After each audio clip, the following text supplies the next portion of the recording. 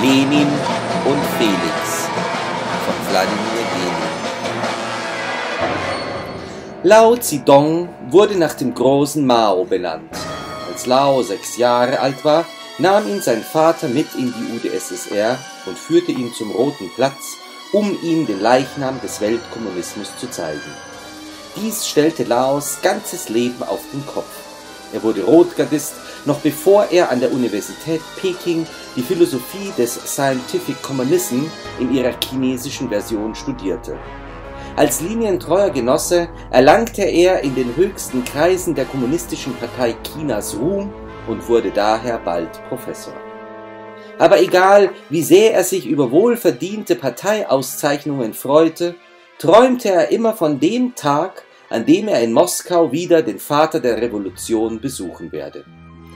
Dieser Traum erfüllte sich erst viele Jahre später, im Sommer 2019. Der hochbetagte Lao Zedong hatte sich bereits von der Universität zurückgezogen und lebte in seiner luxuriösen Villa am Rande von Shanghai, als er plötzlich eine Einladung zu einer wichtigen wirtschaftspolitischen Konferenz in Moskau erhielt. Untergebracht wurde er im Hotel Moskau direkt neben dem Roten Platz. Lange konnte er nicht einschlafen und träumte vom nahenden Treffen mit dem großen Anführer. Am darauffolgenden Morgen machte er sich schon sehr früh auf den Weg zum Mausoleum.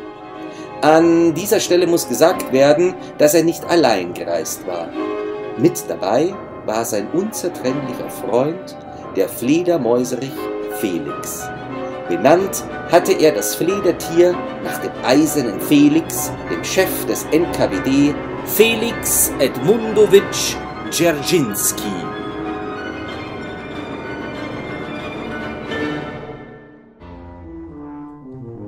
Der Mäuserich saß immer in der linken oberen Tasche von Laos Mao-Anzug. Nach erfolgreichem Passieren der Sicherheitskontrolle näherte sich Lao, aufgewühlt von den Kindheitserinnerungen, dem gläsernen Sarkophag Lenins. Er sah sein großes Vorbild, den Anführer des Weltproletariats, klein und hilflos daliegen. Tränen schossen ihm in die Augen. Bebend vor Zuneigung und Mitgefühl riss er sich mit einer unbeholfenen Bewegung die Brille vom Gesicht. Ein Knopf seiner linken Brusttasche sprang auf und Lao spürte nicht, wie Felix zur Decke des Mausoleums emporflatterte. Niemand hatte es bemerkt, weder die Besucher noch die Wachen. Das Verschwinden von Felix wurde von Lao erst am späten Abend nach der Konferenz entdeckt. Am nächsten Morgen eilte Lao zum Mausoleum und suchte heimlich in den Ecken und an der Decke. Aber Felix war nirgends zu finden. Der Chinese war untröstlich und verließ Russland mit Tränen in den Augen. Aber Felix war nicht tot. Er hing in der kalten Gruft mit dem Kopf nach unten, direkt über dem Sarkophag Lenins. Wenn er nachts erwachte, war er verzweifelt und mittlerweile wahnsinnig hungrig.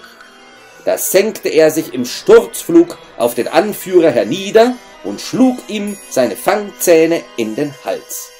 Blut kam jedoch keines heraus. Je tiefer Felix die Zähne hineinrammte, desto verzweifelter wurde er. Fast wollte er schon aufgeben, da erinnerte er sich plötzlich, wessen Namen er trug. Der eiserne Felix, der treue Gefährte Lenins. Da beschloss er, auf jede erdenkliche Weise zu überleben.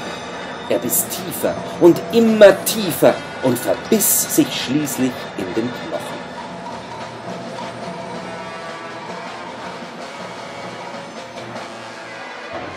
Panische Schreie weckten Felix am nächsten Morgen. Es waren die Wachen, die bei der Mumie lebensbedrohliche Verletzungen feststellten.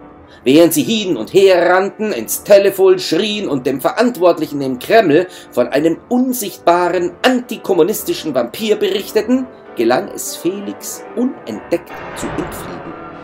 Er zog mehrere Bahnen über den Roten Platz und machte sich auf den Weg in die ferne Heimat. Es war Spätherbst, als Felix China erreichte. Doch je weiter er ins Landesinnere vordrang, desto seltsamer fühlte er sich. Unbekannte Satzfenster drängten sich ihm auf. Hängen, unbedingt hängen, damit das Volk gewahr wird. Oder telegrafiert über den Erhalt und Vollzug. Obwohl es ihm nicht gut ging, flog er immer weiter. Er schaffte es gerade noch in die Provinz Hubei, hatte aber keine Kraft mehr. Er zitterte am ganzen Leib und rang nach Luft. Dann blitzte es wieder durch seinen Kopf. Eine rücksichtslose Vernichtung ist notwendig. Euer Lenin, hauchte Felix aus und stürzte in die Tiefe. Irgendetwas packte ihn, und dann hörte er einen Chinesen in gebrochenem Russisch ein Sprichwort stammeln. Die Trutana auch viel dachte, und nuna sei sie in der Suppe. Und da erblickte die Fledermaus unter sich siedendes Wasser. Den Rest kennt jeder. Ende.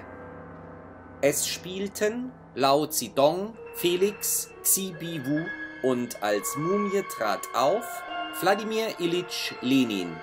Musik Wladimir Genin. Kostüme und Szenenbild Elisabeth Görge. Kamera und Schnitt Thomas Görge.